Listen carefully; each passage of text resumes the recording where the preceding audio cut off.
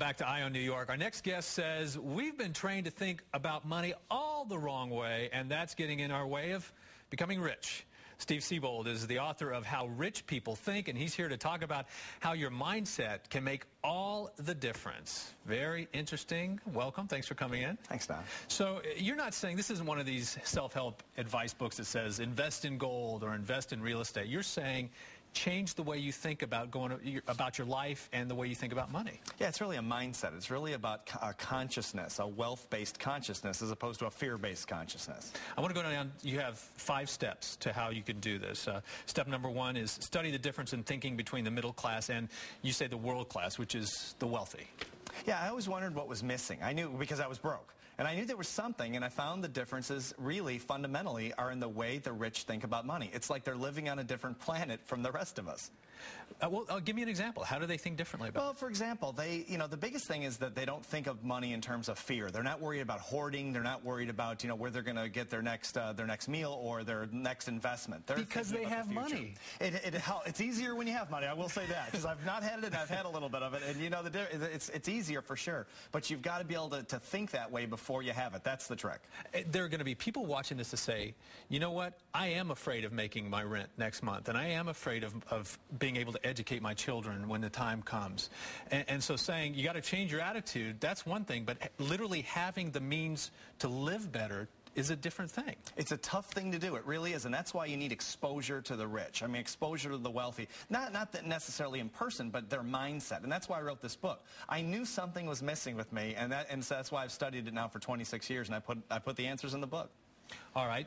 Number 2, consciousness. No, that was number 1, was consciousness is contagious. Number 2, minimize exposure to the fear-based thinkers that you're talking about, the people who will discourage you from branching out, from taking risks, from thinking differently. Right. I've been doing media interviews for the last 22 days, and I've heard a lot of fear even from reporters, honestly, about money, and that does not attract money into your life. It doesn't attract the right partners. It certainly doesn't make you attractive to rich people, because they don't want to live in that world. No one likes to live in a fear-based consciousness.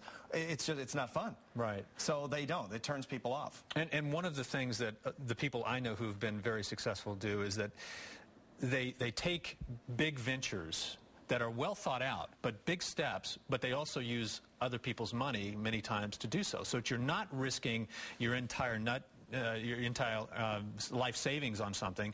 You're using other people's money who can afford to make kind of investments like that. No doubt. They're masters of leverage, and one of the ways they leverage is the use of other people's money.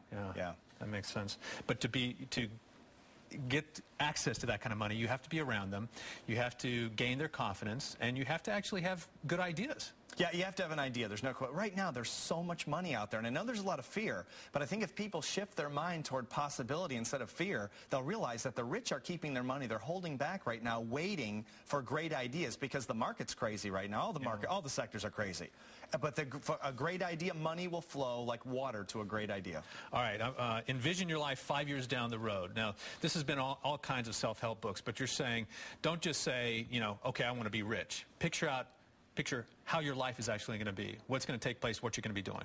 Yeah, I think you need a number. You need a number of what you think you're going to need. Of course, I set my number, and then you get there and you think, well, that's nothing.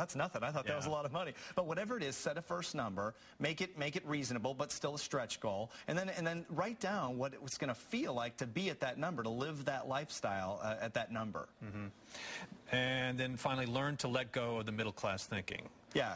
All right. My middle-class thinking is, you've told me to change my mind. You haven't told me how I'm going to get rich. Well, exactly. Well, it's really about it. It's very simple. It's not complicated at all. You get rich by solving problems. I mean, that's all it really is. America this whole country's been built on it. The foundation is built on you find a problem and you solve it. The bigger the problem you solve, the richer the country makes you. I mean, that's really all it comes down to. Find something where there's need. Right. Yeah. Find a need and fill it.